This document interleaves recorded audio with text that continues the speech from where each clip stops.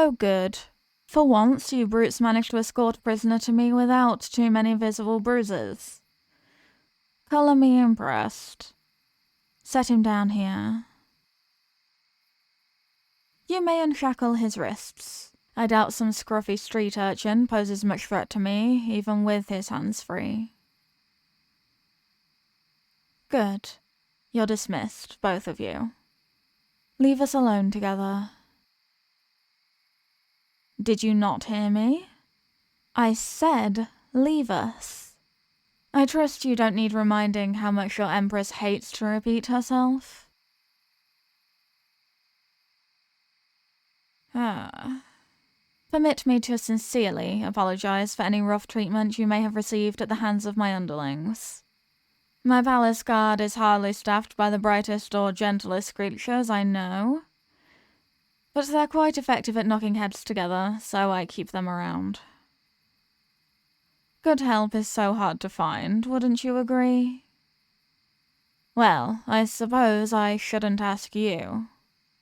You don't seem like the type of person who's ever had a servant. In any case, let us proceed to the reason I summoned you here, to my chambers. Who are you, and what brings you to my domain? Your Empress just asked you a question. If you know what's good for you, you'll answer quickly and truthfully. I am known for many traits, but patience has never been one of them. Who are you?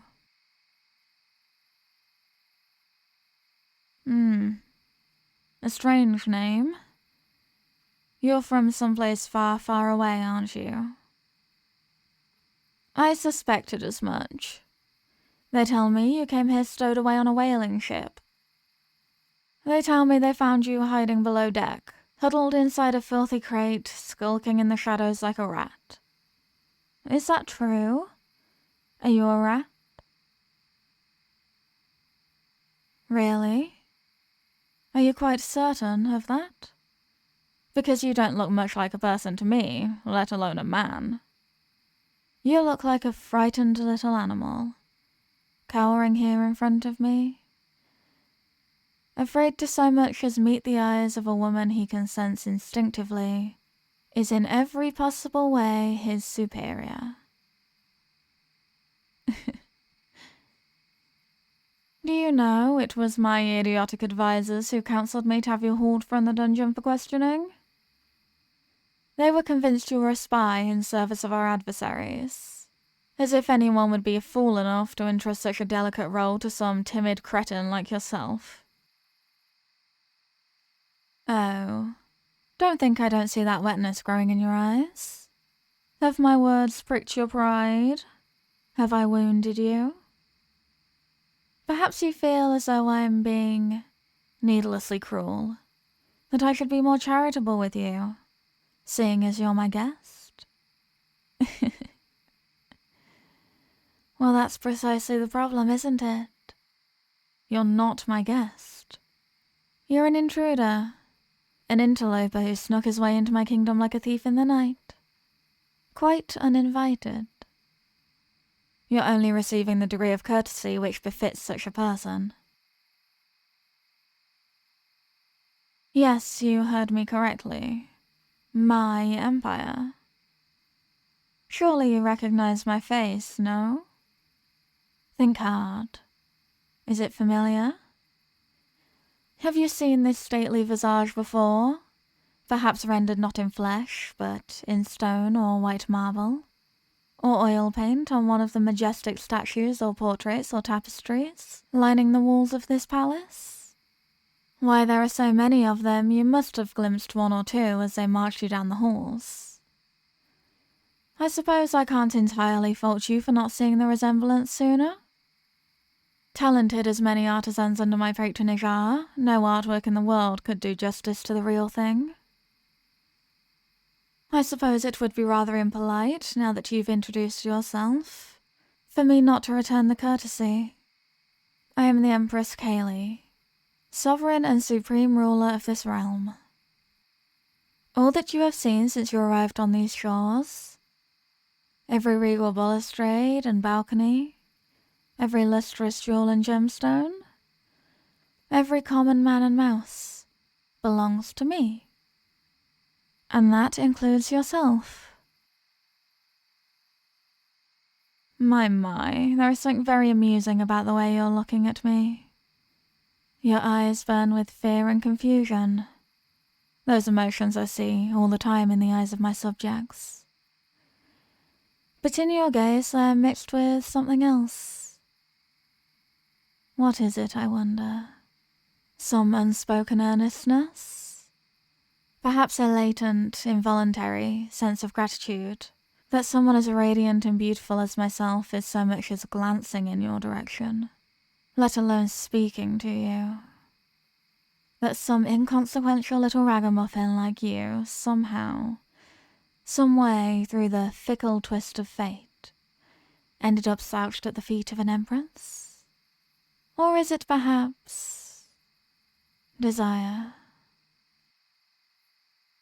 Look at you squirm. Do I make you uncomfortable? Not enough to mask your emotions, apparently. Or do you simply lack the self-control to do so? You know how serious your predicament is. You know very well that I could snap my fingers should I have even the slightest inclination, and have you locked away in some deep, dark, tiny hole for the rest of your days. Still, you just can't help it. Your infatuation with me is written all over your face. You're love-struck. Don't worry. I have a weakness for flattery, one of my admitted vices, and I will confess to being a touch flattered. What's more, you've caught me in an unusually generous mood, so I'm inclined to forgive your impudence. That is, if you play your part to my satisfaction. Get up, on your feet. Follow me into the foyer.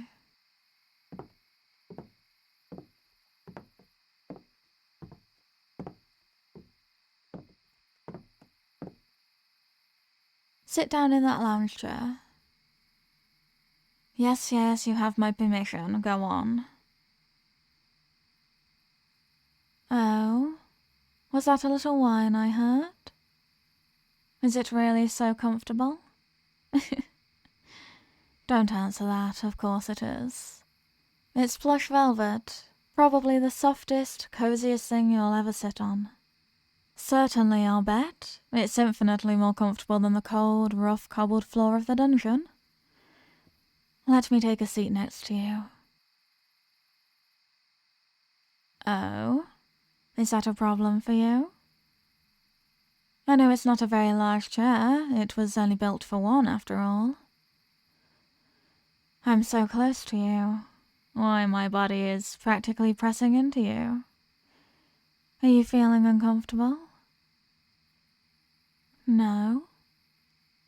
That's the right answer. Of course you aren't. Good boy.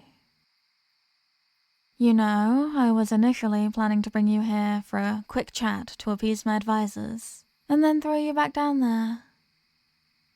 But now, against my better judgment, I'm beginning to think I'd like to get to know you better.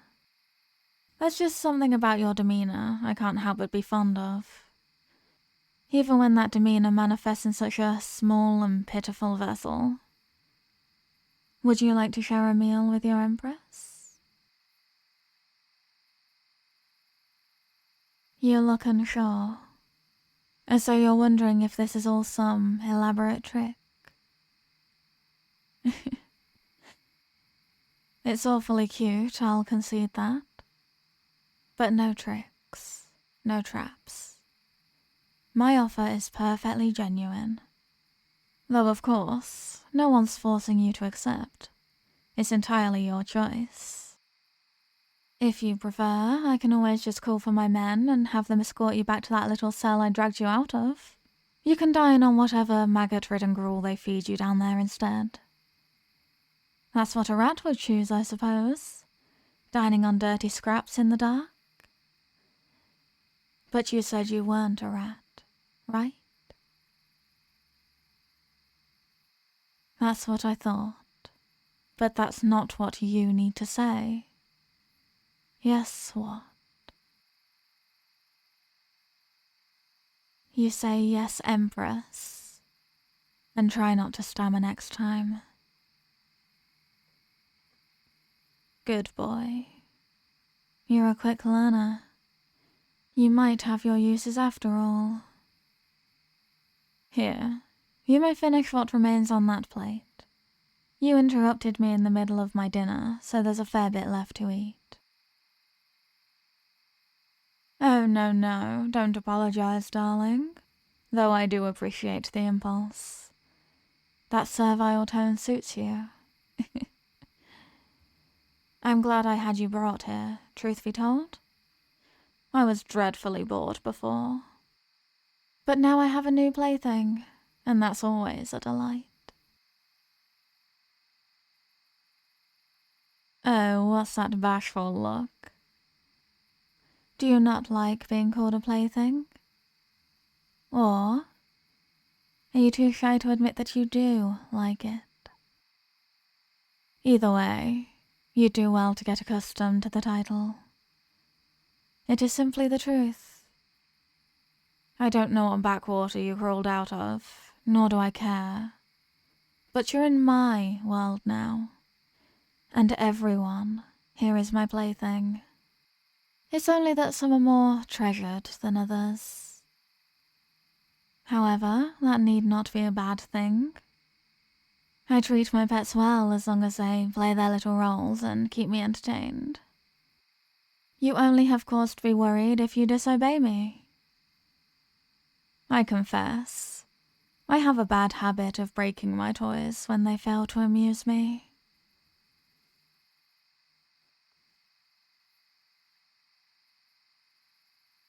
Oh, I'm sorry. I didn't mean to scare you. I can see you're being put off from your dinner. Don't be frightened. There's nothing to fear as long as you do as I say. Go on, take a bite. You'll love it, I promise. It's braised sunfish with lemon and clover. Only the freshest, juiciest catch from the fishmonger's harvest this morning, prepared painstakingly by my personal chefs. That particular specimen would fetch a pretty penny at market. Come to think of it, it's probably worth a good deal more than any food you've ever eaten. But here you are enjoying it free of charge, as my treat. There are benefits to sharing the company of the Empress. If you serve me well, you'll come to learn that soon enough. Actually, don't use that fork. Put it down. You probably don't even know how to hold it properly. I doubt someone like you has ever taken any classes in etiquette, after all. Here, let me put my arm around you and bring you in close. I'll feed you. Open your mouth. Do I look as though I'm not being serious? Ask me such a stupid question again and I won't be so forgiving. I said, open your mouth. There we are. Here comes the first bite. Oh, you look so adorable, my pet. Eating my food from my fork in my parlor. Close your mouth when you chew, darling. You'll use good manners when you eat at my table, if you don't want your next meal off of the floor. Oh, it is so tasty, isn't it?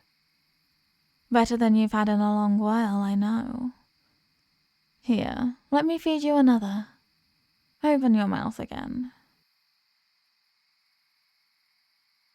It's just delightful watching your expression as you eat. You're so hungry, I can tell you'd like nothing more than to tear into that sunfish with both hands, and scarf it all down like a rabid animal. But you won't. Because you know you have to be a good boy for me. And that means, while you're here, you won't behave like an animal. Unless, of course, I decide I want you to.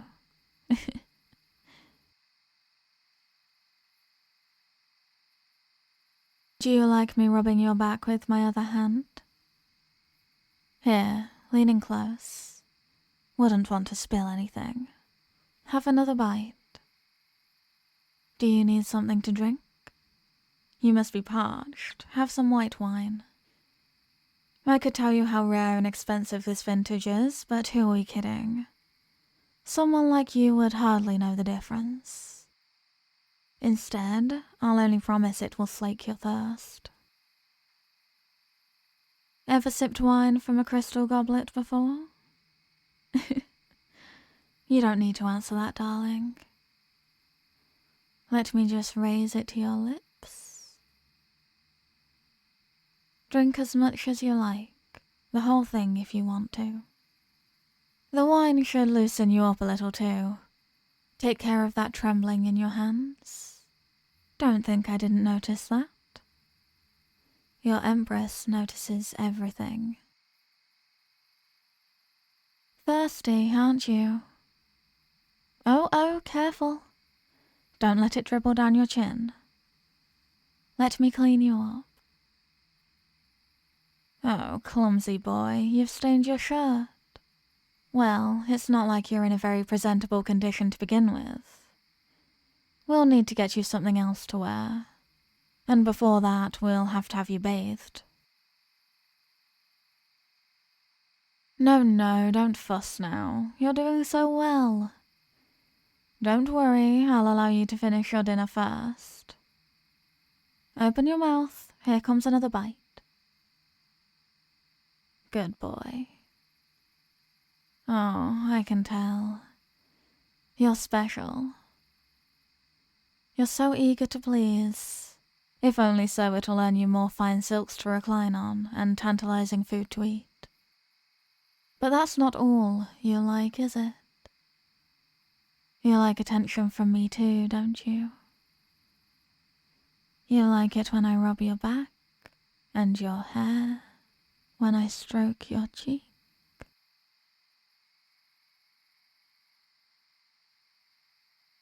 Don't bother being shy and looking away. Your face tells me at a glance all I need to know. You need not be embarrassed. You're hardly the only one who yearns for my company. That list numbers far too many to ever put on paper. You are, however, one of the rare few to receive that pleasure. I only hope you're capable of appreciating how lucky you are that I've taken an interest in you. Perfect answer. Yes, Empress. You are a quick learner. Until now, I was debating it in my mind, but I think I've made my decision. I'm going to keep you. You're going to be my new project. Do you know what that means? Of course not. You don't know anything yet. It means I'm going to fill that empty head of yours with so many wonderful things. And if you behave and please me, maybe I'll fill your hands with a thing or two as well. It means I'm going to take care of you. I'm going to have you cleaned and made prim and proper. And you're going to learn to serve me just as I want to be served. Here, don't speak. Just have another bite. Actually, you'll eat it directly from my hand this time. Oh, you look a bit uncertain. Are you reluctant to eat from my fingers? No, of course you're not. There you go. Eat it all. Good. Consider this a microcosm of our future relationship. I'll hold you close and feed you the most extravagant treats, and in exchange you'll be good and loyal and obedient. Does that sound like a fair trade? Oh, come now. That doesn't quite sound enthusiastic enough. Convince me. You know, if you won't provide me sufficient cause to be sure of your loyalties, I might just be forced to reevaluate whether or not you're a spy after all, and then... Oh, relax, calm down. You should hear that shrill desperation in your voice. It's absolutely adorable. I'll have to make you beg more often. But I'm only playing with you, pet. Don't worry yourself. You're safe with me. I know you'll be loyal. I can already tell. Here, have another bite.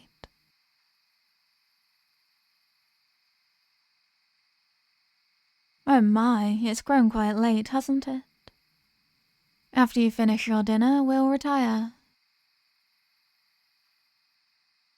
Yes, I said we. You didn't think I'd be cruel enough to send you down to sleep in that cell again, did you? No, that's no place for my loyal servant. And that's what you are, isn't it? You'll find your rest here in my chambers. Yes. Now here, another treat is waiting for you in your Empress's hand. Good boy. I have so many delightful things in store for you.